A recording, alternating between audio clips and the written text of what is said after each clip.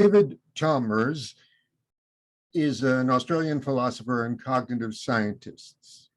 His recent book called Reality Plus argues we might be in a virtual world. We've evolved as sentient beings for maybe 5 million years. If an intelligent life form could evolve for, say, 100 million years, Chalmers imagines what they understand scientific and technical solutions we can barely dream of. He expects they'll create virtual reality worlds of vast sophistication, given how much virtual reality has progressed in a single decade here. He does hedge his bets, recognizing Fermi's paradox, namely, as civilizations advance, they discover better ways to self-destruct. But he expects some to overcome this and create virtual worlds of which we could be part. It's kind of a cosmological matrix. I fundamentally disagree with this opinion that we have at least a 25% chance of living in a virtual world. I think it's significantly less than 1%. My view is based on evolutionary biology, which I'm familiar with.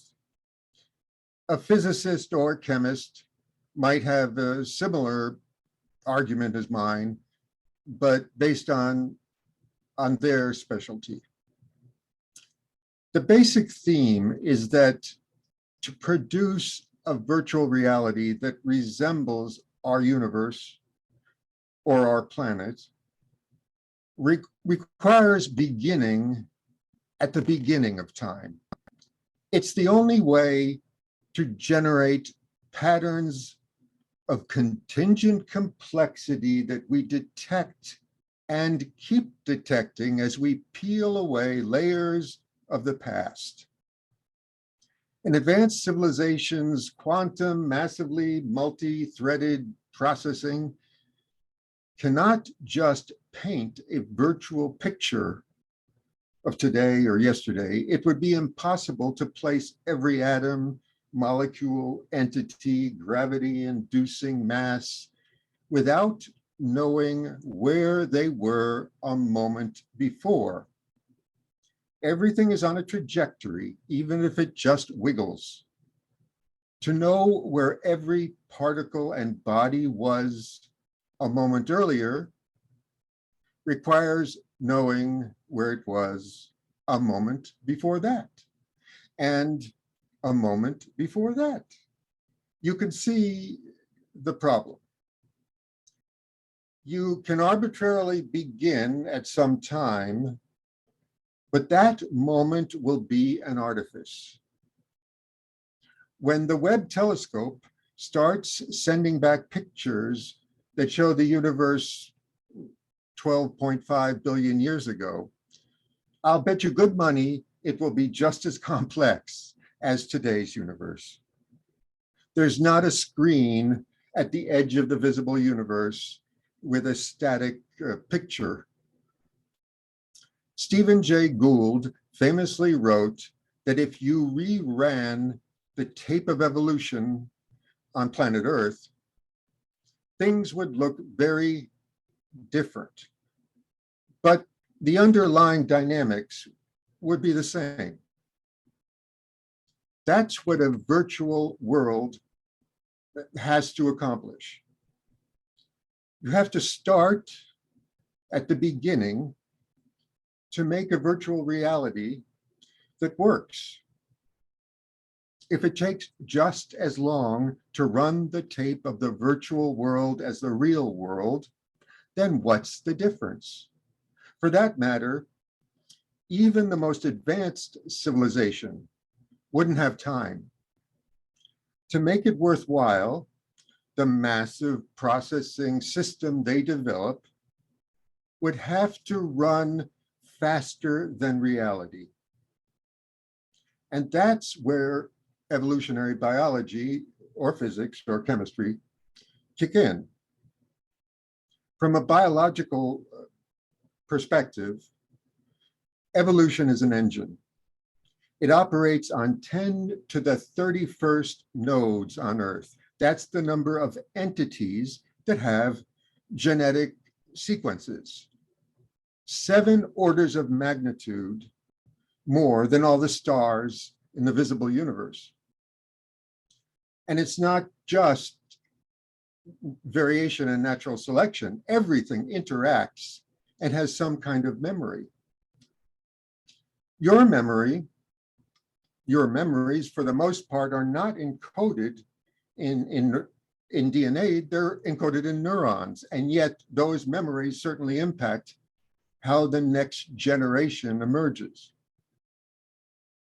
The engine of evolution accumulates more and more information with every generation of these 10 to the 31st nodes operating over billions of years. Whenever the very advanced civilization arrives, it will be riding this evolutionary tsunami of information. It will never be able to turn around and create a virtual reality that catches up. The best this advanced civilization could do would be to create a virtual reality that starts with, say, the Big Bang, or since they have maybe peaked behind the Big Bang by then, somewhere behind it. A duplicate version of the universe, which they'll never really get to experience or see. And so what's the point? But there is a point, not to the advanced civilization, but to David Chalmers and others who want to believe in this virtual world idea. Because a virtual reality that's a duplicate version, the only realistic one, implies or even requires a creator. In this case, an advanced civilization is the creator. Many of us, and maybe all of us at some level, want to believe there's a creator. The virtual reality duplicate world is the newest version of a universe that requires a creator. So I want to just conclude by suggesting there's another opportunity or solution. If a super advanced civilization does exist or does emerge, I suspect, or maybe just hope, that they'll have evolved beyond our idea of a creator. If they can peek behind the Big Bang, maybe they'll have some new, completely different idea of existence. But I think what's more important is they won't suffer the anguish of being impermanent, separate, contingent beings, which we suffer. And our bomb is belief in other worlds, including now virtual ones. I think for an intelligent life to survive, Fermi's paradox, it must overcome suffering, including the suffering that uses imaginary worlds to hide the pain of the real one. Thank you.